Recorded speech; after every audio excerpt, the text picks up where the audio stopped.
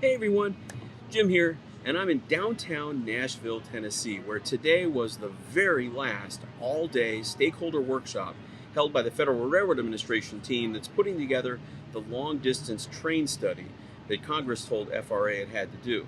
Now, I thought it'd be fun to share with you right away what we learned in this fourth and final round of study workshops, including how each of the 15 preferred new routes ranked, but more on that in just a minute. Over the past 18 months, there have been 24 of these workshops in towns big and small all across the country. Rail Passengers professional staff has been bringing your voice to every single one. Several of your elected volunteer leaders joined us too, but they were not alone. In fact, more than 200 organizations around the country sent representatives to these workshops, spending an entire day pinning virtual post-it notes directly on the draft map as it took shape right before our eyes. Now, there were more than 50,000 individual public comments after taking out bots and cut and paste and things like that. Now, the goal was for FRA to give Congress a prioritized list of the best long-distance routes to add to our nation's existing passenger rail network, and to make a formal recommendation on whether to make today's 3 times per week trains, the Cardinal and the Sunset Limited, into daily trains. Turning either one of them daily would have been a huge win all by itself. But FRA told us this week that they will recommend that both the Cardinal and the Sunset run every day in each direction. That's a huge win. FRA formally telling Congress that it's time to stop the foolishness of running 3-day-per-week trains once and for all. But this study did a lot more.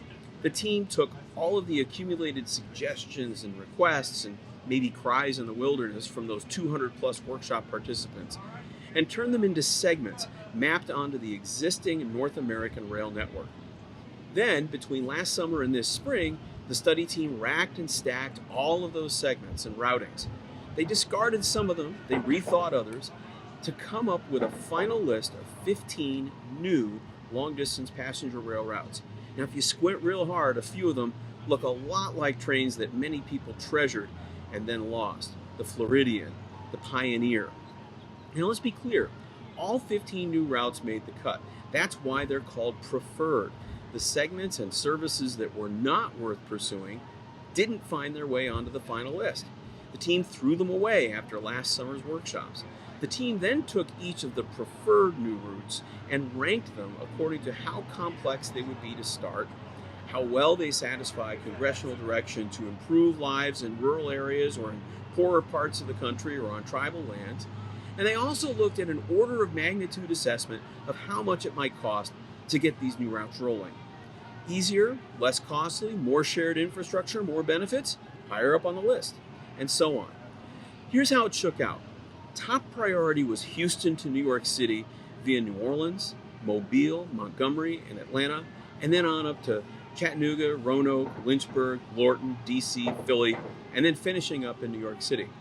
It had served nearly 6 million new riders without access today, including 1.2 million in rural towns who have few or no good choices today. 9 major medical centers, 65 universities and colleges, including 23 historically black colleges, and 27 military installations too.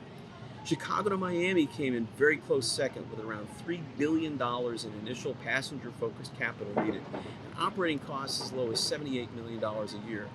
It would serve 6.6 million people, including 72 universities and 18 historically black colleges and more than 1 million poor rural residents.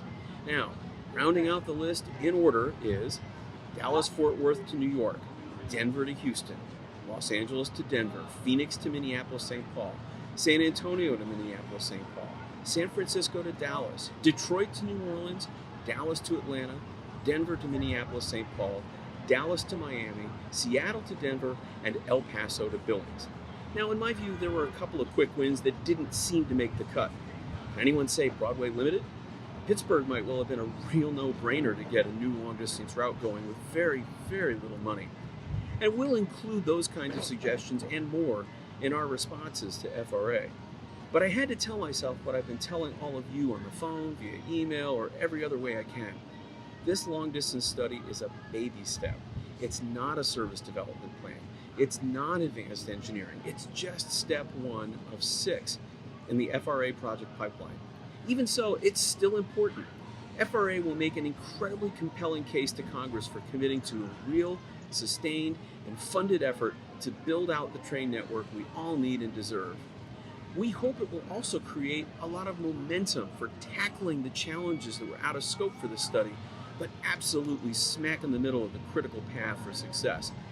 Things like solving the equipment shortage and making it practical for U.S. car builders to support these plans long term, or setting up a planning mechanism to revisit these choices every 5 years to make sure they still make sense based on where people live and work and play, or setting up a mechanism for independent oversight and regular public engagement so that we're sure that public money is getting spent the right way and that narrow interests can't hijack this important effort. Millions more Americans will be able to choose trains. Tens of thousands of people in rural communities and poor areas will get connected to economic opportunity. Hundreds of military installations, medical centers, and national parks will become reachable by rail, and many hundreds of millions of dollars will go into hundreds of communities which need it most. Yes, it's a hugely ambitious vision, and yes, we ought to do a few routes now, quickly, where it can make sense, like bringing back something like the Broadway Limited or connecting New Orleans to St. Louis. But we should be saying yes and, not yes but. Nearly 100 years ago, there were giant parts of America that had no electricity, until the rural electrification program told ordinary Americans that they didn't need to move to the coastal cities just to get electricity. Or think about the interstate highway network. 46,000 miles built over 4 decades, and it cost more than $200 billion to do it. But we committed, and we did it, and we can't really imagine life without it. No, this study is not a thorough service development plan, but it's a thoughtful, data-rich argument from the FRA that long-distance trains have a right to exist, that they perform an important service, that 45 million Americans deserve not to be left out anymore, and that we can do big things and create economic growth and spread prosperity and make lives better all across the country. Of course it's hard. Of course there's lots more work to do. And of course we think there are things that could be done much sooner than the routes in this report, and we'll recommend them later this year. But my goodness, what a great start. We'll spend the next few weeks drafting our final comments and address some of the things that the FRA study itself did not, and we hope to publish all of those soon. But until then, I hope I see you on the train.